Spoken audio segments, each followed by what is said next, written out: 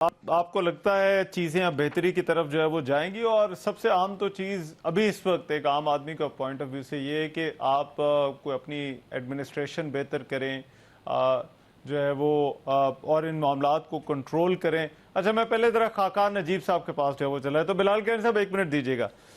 تو آپ کو لگتا ہے خاقان نجیب صاحب یہ چیزیں گورننس وائز بہتر ہوں اور انفلیشن جو ہے وہ اس میں کوئی عام آدمی کو جو ہے وہ ریلیف مل جائے، اس کا جو ہے وہ شرح جو ہے وہ نیچے رہے؟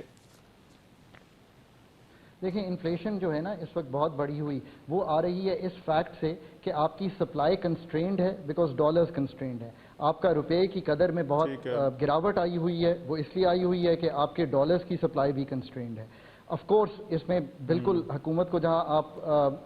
ذمہ دار نہیں ٹھہرا سکتے وہ ہے کہ آپ کے بہت بڑے فلڈز آئے، اس کی وجہ سے کراپس ڈسٹربڈ ہیں۔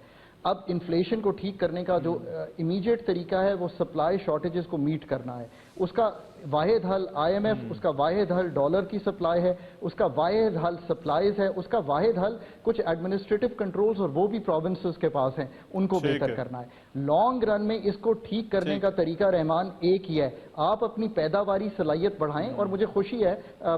ہر چیز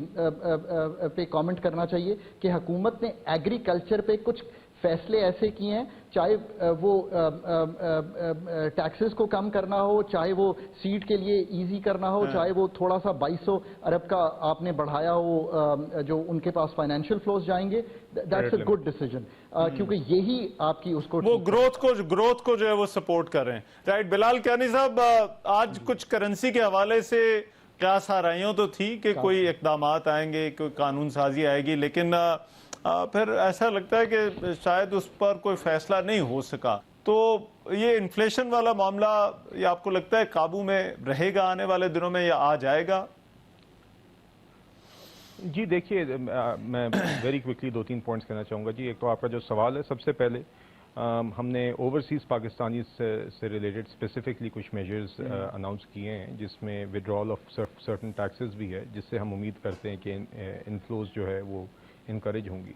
دوسری بات جو آپ نے مہنگائی کی یقیناً ہم یہ سمجھتے ہیں کہ آہستہ انفلیشن کا ریٹ کم آئے گا، اس لیے آپ نے 21% کا انفلیشن ریٹ اس سال کا دیکھا ہے، جو پھر بھی کافی اونچا ہے۔ یہ نہیں کہ یہیں پہ لانگ ٹرم ہمارا ٹارگٹ ہونا چاہیے، مگر ابھی کے جو موجودہ حالات ہیں اس سے کمی ہوگی۔ تیسری بات میں یہ کہنا چاہوں گا کہ دیکھیے، آپ نے بھی ذکر کیا کہ کچھ پاپولسٹ یا بجٹ یا الیکشن ایئر، دیکھیے ہماری حکومت نے جو بجٹ بنایا ہے، میں کیٹیگورکلی کہنا چاہتا ہوں اور وزیر اعظم صاحب کا بھی کی یہ پرائرٹی ہے کہ یہ بجٹ ہم نے بالکل اس چیز کو مد نظر رکھ کے نہیں بنایا کہ اس سال الیکشنز ہیں۔ ہم یہ سمجھتے ہیں کہ موجودہ حالات میں اگلے مالی سال کے لیے یہ بیسٹ بجٹ ہے، شارٹ ٹرم، میڈیم ٹرم اور لانگ ٹرم جو ہماری معیشت کی ضروریات ہیں اس کو مد نظر رکھتے ہوئے ہم انشاءاللہ الیکشنز اپنے ٹائم پہ ہوں گی، اور اس کے بعد ہمیں انشاءاللہ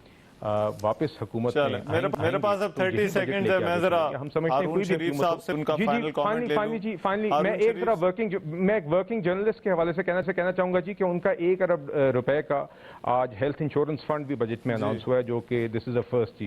happen for the first time ever. ٹھیک ہے، اپریشیٹ دیٹ۔ جی ہارون صاحب، کو بہتری کی امید رکھیں؟ نہیں جی، میں تو بالکل یہ امید رکھوں گا کہ اگر ہم یہ کرائسس کا جو ہمارا اس وقت فری فال ہو رہی ہے اکانومی، وہ اگر رک جائے اور کچھ سگنلز جائیں، اور میں دوبارہ کہوں گا کہ ہمیں اسٹیبلٹی کی طرف دیکھنا ہے۔ ابھی گروتھ کی باتیں اور ابھی جو ہماری باتیں ہیں کہ اکنامک ٹرن اراؤنڈ ہو جائے گا، آئی تھنک وہ بہت فار فیچ